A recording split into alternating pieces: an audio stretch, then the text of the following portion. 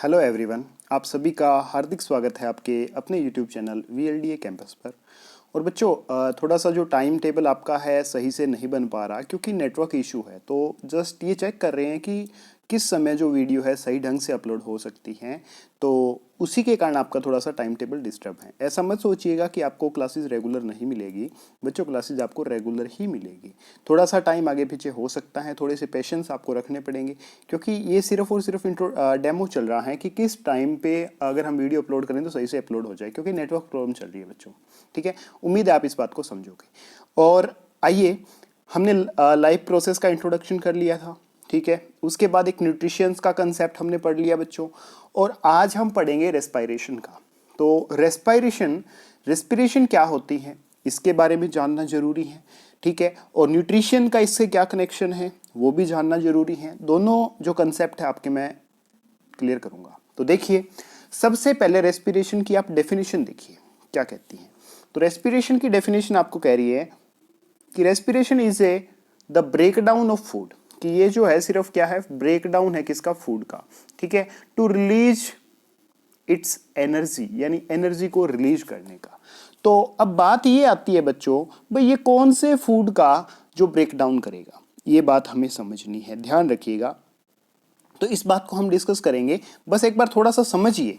और ये एनर्जी है, इस एनर्जी की हमें जरूरत क्यों पड़ती है भाई? तो लिविंग सेल्स है, जो जीवित है, सजीव कोशिका है, उसकी ग्रोथ के लिए, उसकी डिवीजन के लिए, सिंथेसिस ऑफ केमिकल्स यानी हमारी बॉडी में जो केमिकल्स है उनका बनना, उनका एब्जॉर्ब होना, उसके लिए, मूवमेंट के लिए, बॉडी टेम्परेचर को मेंटेन करने के लिए, शरीर का तापमान है उसको मेंटेन करने के लिए, और प्लांट्स में फोटोसिंथेसिस के लिए यानी फूड को, अपने भोजन को तैयार करने के लिए। तो फोटोसिंथेसिस हम लास्ट वीडियो में डिस्कस कर चुके हैं, जिस बच्चे ने नहीं देखी देख ले भाई। ठीक है, उसके बाद आइए नेक्स्ट पे। तो मैंने कहा व्हाट इज रेस्पिरेशन। तो रेस्पिरेशन क्या है, ध्यान से देख लो। Respiration is the process by which an organism provide itself with oxygen so energy can be released from digested food and respiration takes place in all living cells at all times। यानी कहने का मतलब क्या है, respiration वो process है जिस process में डाइजेस्टेड फूड्स से, यानी जो न्यूट्रिशंस के अंदर हमने फूड के बारे में पढ़ा था, उस फूड से ऑक्सीजन की हेल्प से एनर्जी को जनरेट करने का जो प्रोसेस है, प्रक्रिया है, उसको रेस्पिरेशन कहते हैं। और बच्चों, ये जो रेस्पिरेशन है ना, ये कहाँ होती है, माइटोकॉन्ड्रिया में। कहाँ होती है, माइटोकॉन्ड्रिया में। इसीलिए एनर्जी फैक्ट्री भी माइटोकॉन्ड्रिया को कहा जाता है। ठीक है ना, respiration takes place in mitochondria of all cells. अब क्वेश्चन आ जाए कि जो रेस्पिरेशन का जो प्रोसेस है वो कहाँ होता है, तो आप क्या कहोगे, माइटोकॉन्ड्रिया में। ठीक है, इसीलिए उसको पावर हाउस ऑफ सेल भी कहा जाता है। माइटोकॉन्ड्रिया को क्या कहा जाता है, पावर हाउस ऑफ सेल, क्योंकि जो एनर्जी वहां बनती है उसको स्टोर भी वहीं पे किया जाता है। उसके बाद respiration yield the opposite result as photosynthesis. जो रेस्पिरेशन है, रेस्पिरेशन में जो प्रोसेस होगा फोटोसिंथेसिस का उल्टा होगा। ठीक है, the process of photosynthesis absorb energy. Photosynthesis यानी प्रकाश संश्लेषण की जो प्रक्रिया है, उसमें तो एनर्जी को एब्जॉर्ब करते हैं, सनलाइट से एनर्जी लेते हैं वो। ठीक है, और कंज्यूम करते हैं किसको, कार्बन डाइऑक्साइड को, और रिलीज करते हैं किसको, ऑक्सीजन को। तो यहां उसका उल्टा है। तो रेस्पिरेशन यूज करेगा एनर्जी को, ठीक है, और क्या करेगा, कंज्यूम करेगा ऑक्सीजन को, और रिलीज करेगा किसको, कार्बन डाइऑक्साइड को। तो यहां से रेस्पिरेशन से आपको क्या है कि जो एनर्जी आपको न्यूट्रिशन से मिल रही थी, उस एनर्जी को जो ग्लूकोज मिलेगी, ग्लूकोज को जो ब्रेक डाउन करने का जो प्रोसेस होता है उसको कहते हैं रेस्पिरेशन। ठीक है, अब आइए समझिए दो चार बातें। सबसे पहले हमने कल पढ़ा था न्यूट्रिशंस में एक कंसेप्ट पढ़ा था बच्चों, फोटोसिंथेसिस। अब इनका रिलेशन बता रहा हूं, न्यूट्रिशंस का और जो रेस्पिरेशन है इसका क्या रिलेशन है वो ध्यान से समझना। जैसे हमने बात की फोटोसिंथेसिस की, यहां कार्बन डाइऑक्साइड के साथ वाटर मिलता है, और जो सनलाइट है, ठीक है, उसकी प्रेजेंस में क्या बनता है, ग्लूकोज और ऑक्सीजन। और इस ग्लूकोज और ऑक्सीजन का ब्रेक डाउन, ठीक है, होना, और उससे जैसे ही ग्लूकोज के साथ ऑक्सीजन मिलेगी तो वहां से कार्बन डाइऑक्साइड, वाटर और एटीपी यानी एडिनो ट्राइफॉस्फेट, यानी ये एनर्जी की फॉर्म है।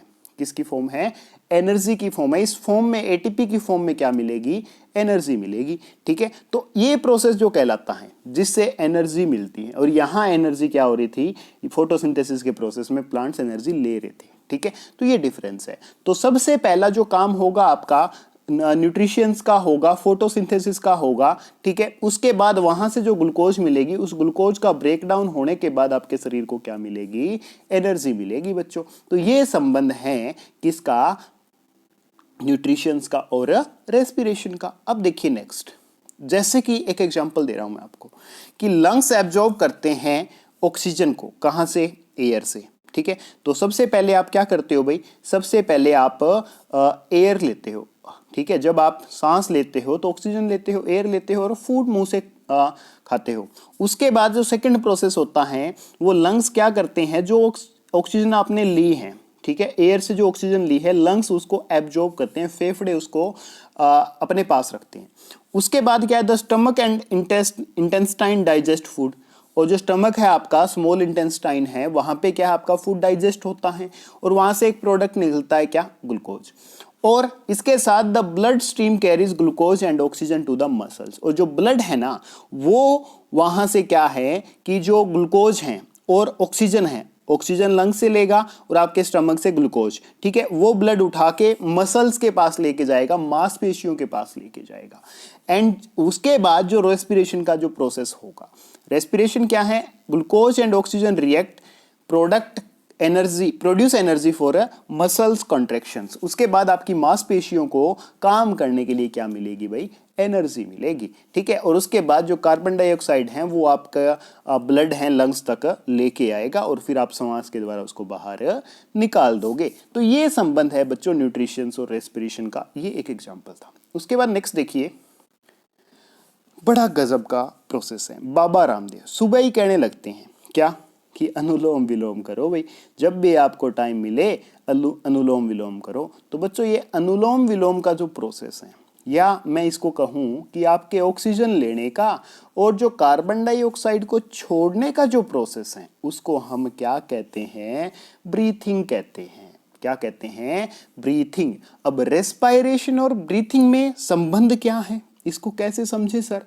रेस्पिरेशन में, ब्रीथिंग में क्या होगा, आप ऑक्सीजन लोगे और कार्बन डाइऑक्साइड छोड़ोगे, ठीक है। तो ये जो प्रोसेस है आपका, ऑक्सीजन को लेना, कार्बन डाइऑक्साइड को छोड़ना, इसको हम ब्रीथिंग कहते हैं। क्या कहते हैं, ब्रीथिंग। समझ आ गई बात।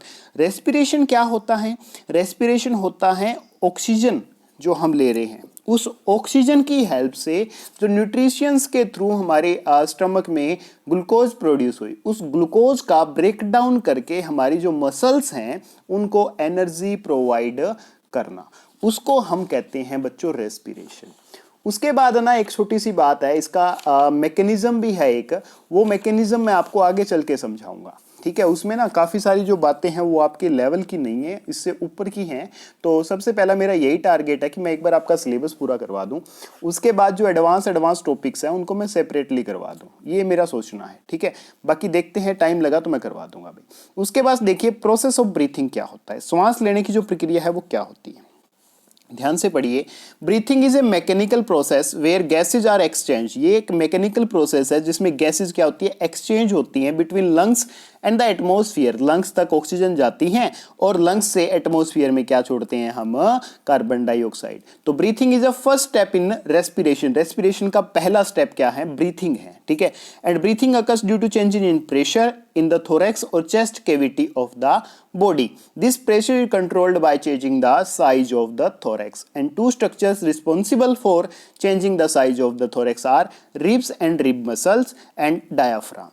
ठीक है। अब देखिए आगे भी ये जो बातें इसने कही है ये क्या है। सबसे पहले ये आपको ना ब्रीथिंग के बारे में पता होना चाहिए। ब्रीथिंग क्या है, ऑक्सीजन को लेना, कार्बन डाइऑक्साइड को छोड़ना, और रेस्पिरेशन का वेरी फर्स्ट स्टेप यही है। उसके बाद देखिए आगे जो बात ये कर रहे थे, जैसे जैसे बात कर रहे थे कि जैसे हम सांस लेते हैं, ऑक्सीजन अपने अंदर भरते हैं, उस टाइम क्या है, चेस्ट एक्सपेंड होती है, स्टर्नम है थोड़ा सा बाहर की, यानी स्टर्नम क्या होता है, ये जो हड्डी है ना ये बाहर की तरफ आने लगती है, ठीक है। रिब्स है, रिब्स भी थोड़े से क्या है, फुलाव में आ जाते हैं। जैसे ही सांस लोगे, ठीक है, भर के देखना सांस आप, ठीक है, और लंग्स है, लंग्स पे भी देखो इफेक्ट पड़ेगा, दोनों फिक्स में चेक कर सकते हो। और ये आपका जो डायाफ्राम है ना, ये भूमिका निभाता है। डायाफ्राम जब आप सांस लेते हो उस टाइम कंट्रैक्ट हो जाता है, क्या हो जाता है, कंट्रैक्ट हो जाता है, ठीक है, थोड़ा सा फुलाव में आ जाता है। उसके बाद जैसे ही सांस वापिस छोड़ते हो तो चेस्ट क्या है, कंट्रैक्ट हो जाती है, सिकुड़ जाती है, ठीक है, और डायाफ्राम है वो क्या हो जाता है, रिलैक्स हो जाता है। तो यही बात उसने कही थी, ठीक है। अब आ जाइए नेक्स्ट पे। अब ब्रीथिंग और रेस्पिरेशन में क्या अंतर है सर, इसको हम कैसे जानेंगे? तो जो प्रोसेस है बच्चों, ध्यान से वेरी फर्स्ट पॉइंट देखिए, the process of obtaining oxygen releasing carbon dioxide is called breathing, और process of releasing energy from food is called as respiration. और ये हमारा फिजिकल प्रोसेस है, ये बायोकेमिकल प्रोसेस है, ठीक है। फिजिकल प्रोसेस यानी हमारी बॉडी के जो बाहर से सांस लेते हैं हम, ठीक है, हमारी बॉडी इसमें क्या करती है, थोड़ी सी प्रैक्टिस करती है, जैसे सांस लेते हैं सांस छोड़ते हैं, सांस लेते हैं सांस छोड़ते हैं, तो ये फिजिकल है, ठीक है, सारा काम शरीर कर रहा है। और जो बायोकेमिकल प्रोसेस है वो हमारी बॉडी के अंदर हो रहा है, केमिकल्स के कारण हो रहा है, ठीक है। It takes place in lungs, ये लंग्स में होता है। और जो रेस्पिरेशंस हैं वो आपका कुछ लंग्स में और माइटोकॉन्ड्रिया में भी होता है। मेनली कहाँ होता है, माइटोकॉन्ड्रिया में। It utilise energy from the food और it release energy from the oxidation of simple food. अब ये लास्ट पॉइंट है ना, बड़ा गजब का है। यहां देखो, जैसे रेस्पिरेशन है, रेस्पिरेशन से एनर्जी जो जनरेट होगी ना, उसी एनर्जी की हेल्प से बच्चों हम सांस लेंगे, उस एनर्जी को हम यूज करते हैं, उसी एनर्जी की वजह से हम काम कर पाते हैं। ये आपका डिफरेंस था ब्रीथिंग और रेस्पिरेशन में। अब रेस्पिरेशन कितने प्रकार का होता है? तो बच्चों रेस्पिरेशन आपका दो तरह का होता है, aerobic respiration and anaerobic respiration. और एनारोबिक रेस्पिरेशन है तीन तरह का, alcoholic, lactic and mixed acid. इनको भी हम डिस्कस करेंगे, टर्म टू टर्म डिस्कस करेंगे, डोंट वरी। अब चलिए आगे। और जैसे ना रेस्पिरेशन का जो प्रोसेस है ना बच्चों, उसमें कुछ बातें हैं जो मैंने आपको नहीं बताई, मैं आपको आगे चल के बताऊंगा। चलो एक बार थोड़ी थोड़ी बता ही देता हूँ, दो चार बातें, ताकि आप लोगों को कोई डाउट ना रहे।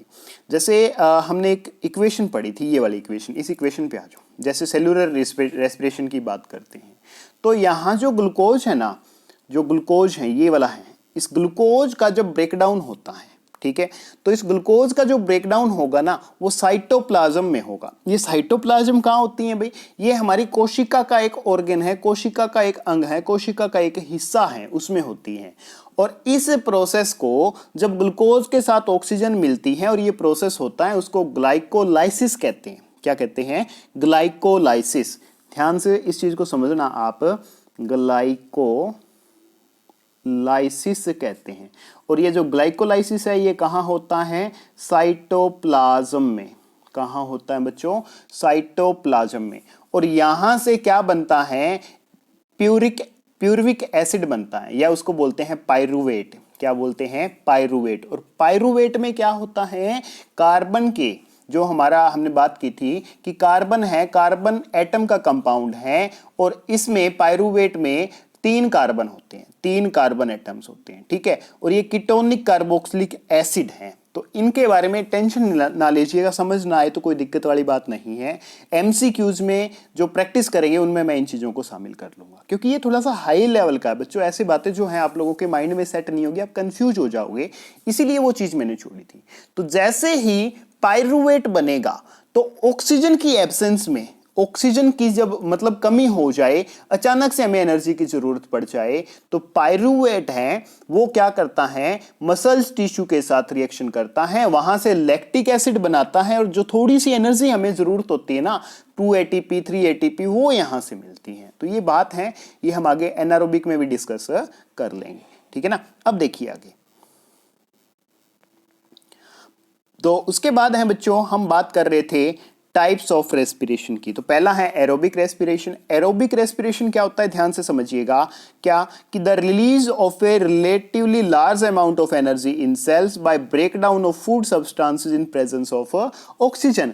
कि जब सेलुलोज का ब्रेकडाउन होता है ऑक्सीजन की प्रेजेंस में, और वहां से हमें carbon dioxide, water plus energy मिलती है, तो इस प्रोसेस को एरोबिक रेस्पिरेशन कहते हैं। जब भोजन का ब्रेकडाउन, सिंपल सी लैंग्वेज में बताऊं तो जब फूड का ब्रेकडाउन या ग्लूकोज का ब्रेकडाउन ऑक्सीजन की प्रेजेंस में होता है ना, उसको एरोबिक रेस्पिरेशन कहते हैं। और chemical reaction in cell that use oxygen to break down nutrition molecules to release energy, तो वो इक्वेशन आपकी हमने नीचे दिखा रखी है। वो क्या है, ग्लूकोज प्लस ऑक्सीजन, यहां से आपको मिलेगा water, carbon dioxide plus energy. Energy किसकी फॉर्म में मिलेगी आपको, एटीपी की फॉर्म में। कितने मॉलिक्यूल्स मिलेंगे, तो यहां आपको मिलेंगे 38 मॉलिक्यूल्स। कुछ बुक्स में 36 हैं, बट 38 प्रेफर करना। 38 आपको ऑप्शन में ना मिले तो वहां आप 36 लिख सकते हो। नेक्स्ट है आपका एरोबिक रेस्पिरेशन। ये बड़ा गजब का कंसेप्ट है, ध्यान से इस इक्वेशन को समझो। तो इक्वेशन थी ग्लूकोज है, ग्लूकोज के साथ ऑक्सीजन मिलेगी तो वहां से कार्बन डाइऑक्साइड और वाटर निकलेगा और साथ में लार्ज अमाउंट ऑफ एनर्जी निकलेगी। ठीक है, तो इस चीज को ध्यान रखना। उसके बाद इसकी डेफिनेशन क्या है, दूसरी डेफिनेशन क्या है, कंप्लीट ऑक्सीडेशन। ऑक्सीडेशन क्या होता है कि जिस रिएक्शन में ऑक्सीजन जुड़ती है उसको ऑक्सीडेशन कहते हैं। और food substances that occur in presence of oxygen with release of large amount of energy, और वहां से कार्बन डाइऑक्साइड और वाटर जो प्रोड्यूस होता है वो क्या होते हैं, वेस्ट प्रोडक्ट होते हैं, काम आने वाले नहीं होते। वो यूरिन के थ्रू क्या आ जाते हैं, बाहर। कार्बन डाइऑक्साइड हमारी नोज के थ्रू क्या आ जाती है भाई, बाहर। ठीक है, उसके बाद नेक्स्ट देखिए, नेक्स्ट जो बात कर रहे हैं वो है आपके कि इसके एग्जाम्पल क्या होंगे एरोबिक रेस्पिरेशन के। ठीक है, इक्वेशन रट लेना भाई, यहां से क्वेश्चन पूछा जा सकता है। ह्यूमंस हैं, डॉग्स हैं, केट हैं, सारे के सारे animals, birds, insects, grass hopper, ठीक है, ये सारे के सारे, और मोस्ट प्लांट्स हैं, ठीक है, वो एरोबिक रेस्पिरेशन करते हैं ये ऑक्सीजन की हेल्प से। और all the organisms which obtain energy by using respiration can not live without oxygen. और जो ऑर्गेनिजम्स हैं, जीव हैं, जो एरोबिक रेस्पिरेशन से एनर्जी लेते हैं वो बिना ऑक्सीजन के नहीं रह सकते। ये आपको मैंने हिंट दे दिया, अब आप इससे इस चीज को अच्छे से याद रख सकते हो। जैसे ह्यूमन बीइंग हो गया, एनिमल्स हो गए, बर्ड्स हो गए और इंसेक्ट्स हो गए। अब आइए बच्चों एनारोबिक रेस्पिरेशन पे। एनारोबिक रेस्पिरेशन क्या है कि इसमें the release of relatively small amount of energy, यानी उसमें हम कह रहे थे कि 38 एटीपी एनर्जी मिल जाती है, इसमें लगभग आपको 2 एटीपी एनर्जी मिलेगी। कितनी, 2 एटीपी। ध्यान रखना इस बात को। ठीक है, तो इसमें क्या है, ऑक्सीजन प्रेजेंट नहीं होगी, बिना ऑक्सीजन के ये क्या होगा, जो ग्लूकोज का ब्रेकडाउन होगा। ठीक है, उसको हम क्या कहेंगे, एनारोबिक रेस्पिरेशन। और वर्ड इक्वेशन क्या रहने वाली है, ध्यान से देखिए, जो इक्वेशन रहने वाली है, ग्लूकोज का ब्रेकडाउन होगा। ठीक है, और ये कब कब होती है, ब्रेकडाउन होगा तो वहां आपको मिलेगा लैक्टिक एसिड। क्या मिलेगा, लैक्टिक एसिड। और ये जो रिएक्शन है आपकी, रेस्पिरेशन का प्रोसेस है, ये कब होता है, जब आप हार्ड वर्क करते हो या एक्सरसाइज करते हो या रेस लगाते हो। रेस लगाते हो उस टाइम आपकी बॉडी में ऑक्सीजन की कमी हो जाती है ना, तो ऑक्सीजन कम मिलती है ना, उस टाइम जो आपको एनर्जी प्रोवाइड होती है, ठीक है, वो कौन से प्रोसेस से होती है, एनारोबिक रेस्पिरेशन से होती है। ठीक है ना, तो इतना जल्दी आपका श्वास मतलब तेजी तेजी से क्यों बाहर आने लगता है, उसका रीजन यही है कि जब आप नॉर्मली सांस लेते हो तो आपको 38 एटीपी एनर्जी मिल रही है, और जब आप दौड़ रहे हो तो वहां आपका जो सांस लेने का जो प्रोसेस है, ठीक है, वो थोड़ा सा फास्ट हो जाता है और ऑक्सीजन उसमें क्या है, कम मिलती है। तो इसके कारण ग्लूकोज का ब्रेकडाउन नहीं हो पाता। तो ग्लूकोज का ब्रेकडाउन बिना उसके हो जाता है किसके, ऑक्सीजन के। तो वहां से लैक्टिक एसिड बनता है, और इसी कारण कई बार मसल्स में क्रैम्प पड़ता है। क्रैम्प पड़ता है तो कौन सा एसिड प्रोड्यूस होता है, लैक्टिक एसिड। तो यहां जो एनर्जी मिलती है इस प्रोसेस में, वो मिलती है आपको 2 एटीपी। ध्यान रख लेना बच्चों इस चीज को। अगर ये प्रोसेस हमारे माइक्रो ऑर्गेनिजम्स यीस्ट में हो तो वहां क्या है, ग्लूकोज का ब्रेकडाउन बिना ऑक्सीजन के होगा, तो वहां एल्कोहल और कार्बन डाइऑक्साइड गैस निकलेगी। उसके बाद है बच्चों next, anaerobic reaction can be represented. Glucose है, ब्रेकडाउन होगा तो वहां से अल्कोहल और कार्बन डाइऑक्साइड बनेगी। ये जो प्रोसेस है ये यीस्ट के लिए है। ठीक है, and the energy released by anaerobic respiration is considered less than the energy from aerobic respiration. कहने का मतलब एनारोबिक रेस्पिरेशन में जो एनर्जी मिलेगी वो एरोबिक रेस्पिरेशन से क्या होगी बच्चों, कम होगी। और anaerobic respiration takes place at some stages in cells of most living organisms. Living organisms की कहां होता है ये प्रोसेस, सेल्स में होता है, कोशिका में होता है। फॉर एग्जाम्पल, अब ध्यान से पढ़िएगा, और our muscle resort to anaerobic respiration when oxygen is not delivered to them fast enough, कि जब हम दौड़ते हैं, एक्सरसाइज करते हैं, तेजी से हम सांस लेते हैं, उस टाइम ऑक्सीजन हमारी जो माइटोकॉन्ड्रिया है वहाँ नहीं पहुँच पाती और वहाँ ग्लूकोज का ब्रेकडाउन नहीं हो पाता। तो ऑक्सीजन की एब्सेंस में जो हम रेस्पिरेशन यानी एनर्जी लेते हैं, रेस्पिरेशन के प्रोसेस के थ्रू लेते हैं, ठीक है, उस टाइम रेस्पिरेशन का प्रोसेस होता है। अब देखिए नेक्स्ट एनारोबिक रेस्पिरेशन, इसकी आउटकम्स क्या है, कहाँ कहाँ इसको यूज करते हैं। Revise the strategy of beer and bread making all, वहाँ बियर बनाने में, ब्रेड मेकिंग में इसका यूज होता है, ठीक है। डिफरेंस हमने पढ़ने हैं, अभी पढ़ा दूंगा, बता दूंगा सारी बातें। Advantage of anaerobic respiration in other organisms, ये बातें भी हम जान लेंगे, ठीक है। तो ये सारी बातें समझ आ गई। एनारोबिक रेस्पिरेशन की इक्वेशन देख लो भाई, और ब्रेकडाउन ऑफ लैक्टिक एसिड, ये दोनों रिएक्शंस आपको याद करनी है। उसके बाद जो बात कर रहे हैं हम इसके एग्जाम्पल्स की कर रहे हैं, कहाँ कहाँ एनारोबिक रेस्पिरेशन होता है। तो सबसे पहला जो एग्जाम्पल है, yeast is an organism which can live without oxygen, ठीक है। जो यीस्ट है एक ऐसा जीव है जो बिना ऑक्सीजन के रह सकता है, because it obtains energy by the process of anaerobic respiration. Anaerobic respiration जहां आ जाए समझ जाओ वहां ऑक्सीजन नहीं है। और यीस्ट एक ऐसा ऑर्गेनिजम्स है जो एनारोबिक रेस्पिरेशन से सांस लेता है, याद रख लेना, पेपर में क्वेश्चन आ सकता है। और जो एनारोबिक रेस्पिरेशन है takes place in muscle cells, हमारी मसल सेल्स में लेता है, ठीक है। जब हम ज़्यादा फिजिकल एक्टिविटी करते हैं और ऑक्सीजन हमें नहीं मिल पाती जितनी हमें चाहिए, तो उस टाइम क्या होता है, एनारोबिक रेस्पिरेशन होता है, ठीक है। और उसके बाद we can relieve from cramps in muscles caused by heavy exercise by taking a hot water और मसाज, कि जब हमारी मसल्स में क्रैम्प पड़ जाते हैं, लैक्टिक एसिड बन जाता है, तो उस टाइम क्रैम्प पड़ेंगे। तो वो ठीक कैसे होता है, जब हम गर्म वाटर पीते हैं थोड़ा थोड़ा, ठीक है, या मसाज करते हैं उस टाइम। तो बच्चों ये हमारा हो गया एनारोबिक रेस्पिरेशन। अब दोनों में डिस्कस करते हैं हम डिफरेंसेस क्या क्या है। एरोबिक रेस्पिरेशन में ऑक्सीजन का यूज होता है, ठीक है, और इसमें ऑक्सीजन का यूज नहीं होता। इसमें प्रोडक्ट क्या होते हैं, कार्बन डाइऑक्साइड और H2O बनता है।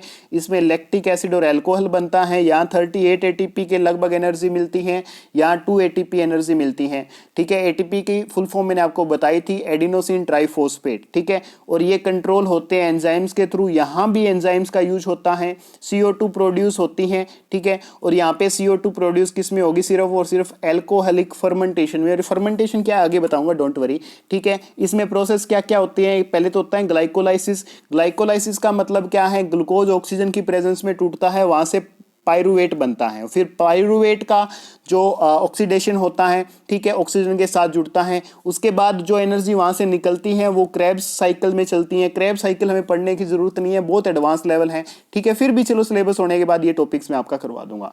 इलेक्ट्रॉन ट्रांसपोर्ट चेन, ठीक है, ये एक प्रोसेस है, वो हम डिस्कस कर लेंगे भैया, आगे स्टेप है एक।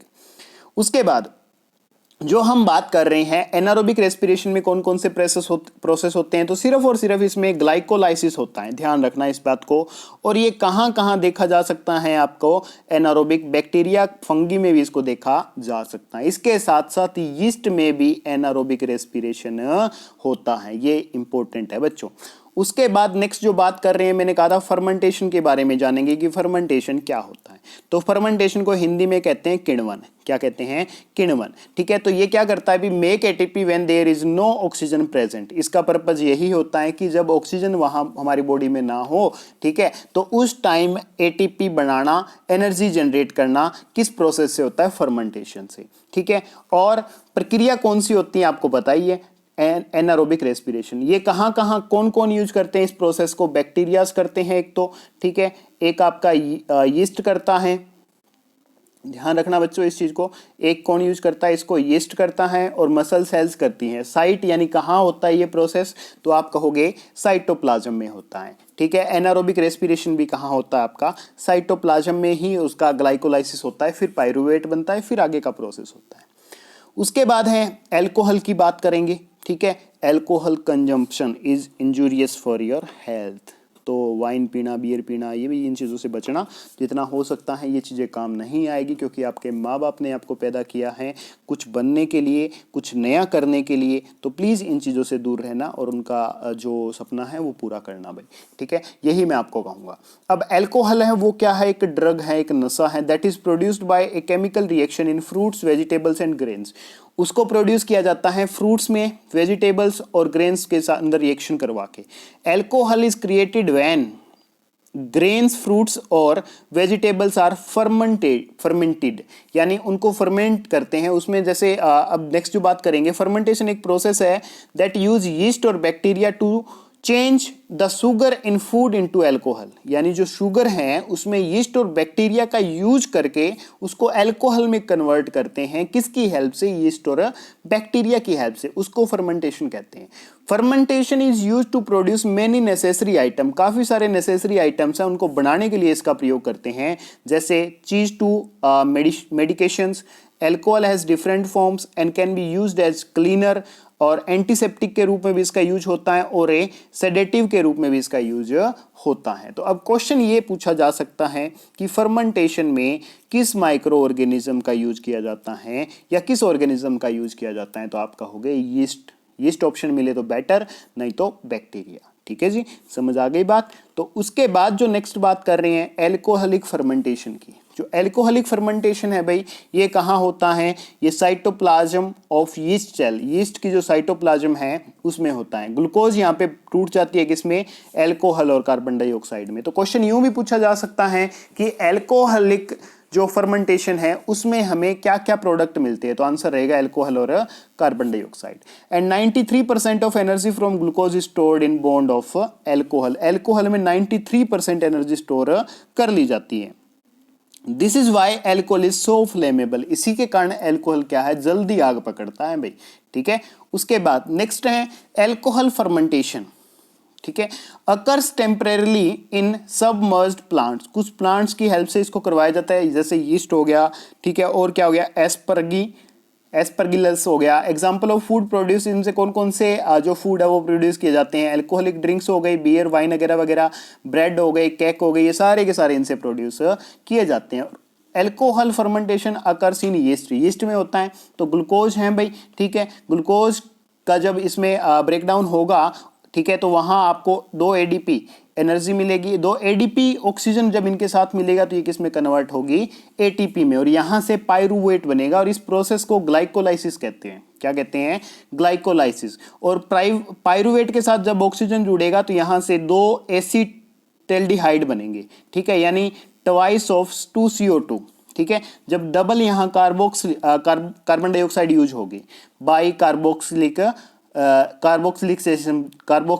का जो प्रोसेस होगा उससे। उसके बाद क्या है नेक्स्ट, जब इनका नेक्स्ट जो स्टेप है वो क्या है कि यहां से इथेनॉल बनेगा। तो ये इथेनॉल ही क्या होता है? आपका एल्कोहल होता है। ठीक है बच्चों, तो इस रिएक्शन को भी ध्यान रखना भाई। Glucose 2 pyruvate 2 ethanol plus 2 CO2 plus 2 ATP। तो एल्कोहल फर्मेंटेशन में भी कितने ATP मिलते हैं? कितने मॉलिक्यूल ATP के मिलते हैं? 2 मिलते हैं जी। उसके बाद नेक्स्ट, ये प्रोसेस तो मैंने आपको सारा बता दिया। उसके बाद हम लैक्टिक एसिड फर्मेंटेशन डिस्कस करेंगे। एनारोबिक रेस्पिरेशन का सेकंड टाइप है ये। Lactic acid is produced by muscles during rapid exercise when not enough oxygen is present. ये हमारी मसल्स के द्वारा प्रोड्यूस किया जाता है जब वहां पे ऑक्सीजन का अमाउंट कम हो हमारी बॉडी में एक्सरसाइज करने के दौरान। And prokaryotes produce lactic acid. जो प्रोकारियोट्स हैं जो काफी सारी सेल से बने हुए हैं, ठीक है, ऐसे जो ऑर्गेनिजम्स हैं उनमें क्या है? लैक्टिक एसिड बनता है, जैसे एनिमल्स हो गए, ह्यूमन बीइंग हो गया। ठीक है, as a waste product which is used in production of food की प्रोडक्शन में जिसका यूज करते हैं। जैसे एग्जांपल हो गया योगर्ट, चीज, शोर क्रीम, शोरक्रांट एक्स्ट्रा। ठीक है जी, और इसकी रिएक्शन कौन सी होती है? ध्यान से देखो कि ग्लूकोज है तो पहले ग्लाइकोलाइसिस होगा, 2 ADP 2 ATP मॉलिक्यूल्स मिलेंगे, वो पायरुविक एसिड बनेगा, पायरुवेट बनेगा। पायरुवेट के बनने के बाद यहाँ क्या बनेगा? आपका लैक्टिक एसिड बनेगा। क्या बनेगा? लैक्टिक एसिड बनेगा। बच्चों ध्यान रखना भाई इस चीज को। ठीक है, तो ये हो गया आपका लैक्टिक एसिड। उसके बाद है मिक्स्ड एसिड फर्मेंटेशन। इसमें हम क्या पढ़ेंगे भाई? तो ये जो प्रोसेस है बच्चों आपका बायोलॉजिकल प्रोसेस है by which 6 carbon sugar like glucose is converted into a complex and variable mixture of acid, कि जिसमें जो 6 कार्बन जो शुगर लाइक ग्लूकोज है, शुगर की तरह जो ग्लूकोज है, उसको कॉम्प्लेक्स और वेरिएबल मिक्सचर में बदल देते हैं। तो these fermentation generally generate such as acidic acid, lactic acid and succinic acid. ये 3 तरह के एसिड प्रोड्यूस करते हैं। Sometimes also generate neutral product such as a butanediol. Butanediol को भी ये प्रोड्यूस करते हैं। उसके बाद these are characteristics of most members of bacterias, ठीक है, एंटरबैक्टीरियाज के अंदर ये रिएक्शंस देखने को मिलती है आपको।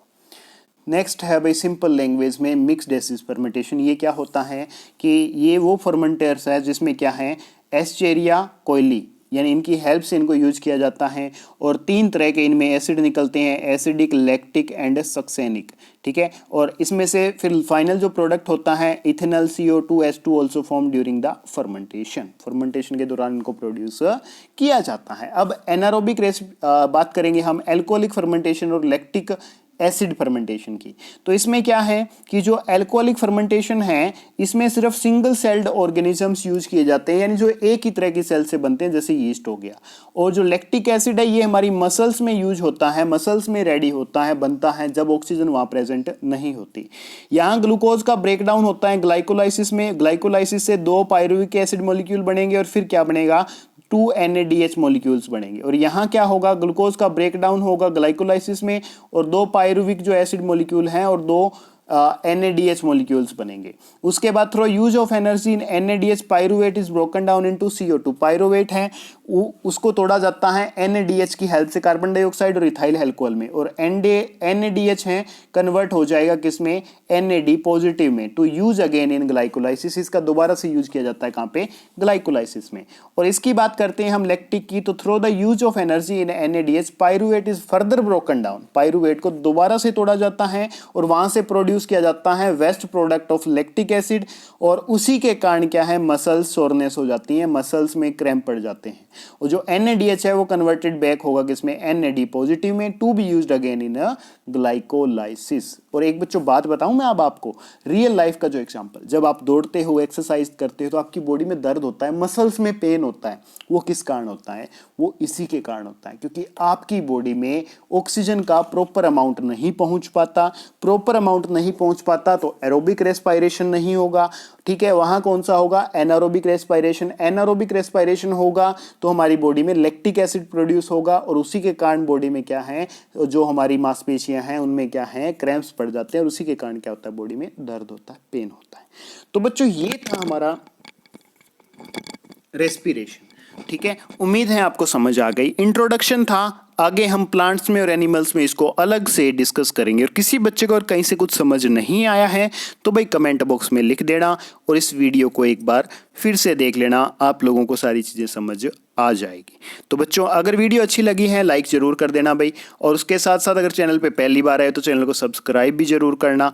और इसके साथ साथ कि जितना अब जैसे हमने एक कोर्स लॉन्च किया इसी का VLDA का, ठीक है, उसमें स्टडी मटेरियल भी हम प्रोवाइड करवा रहे हैं, तो उसके लिए आपको 199 रुपीज़ पे करने पड़ेंगे भाई, ठीक है। और अगर आप इसके लिए रेडी हो तो आप हमारे जो डिस्क्रिप्शन में टेलीग्राम लिंक दे रखा है वहाँ मैसेज कर दो, ग्रुप में आपको ऐड कर दिया जाएगा। प्रॉपरली स्टडी मटेरियल और जो हमारा टाइम टेबल है वो आपको दे दिया जाएगा। और बच्चों अब मिलेंगे हम हमारी नेक्स्ट वीडियो में, तब तक के लिए जय हिंद जय भारत।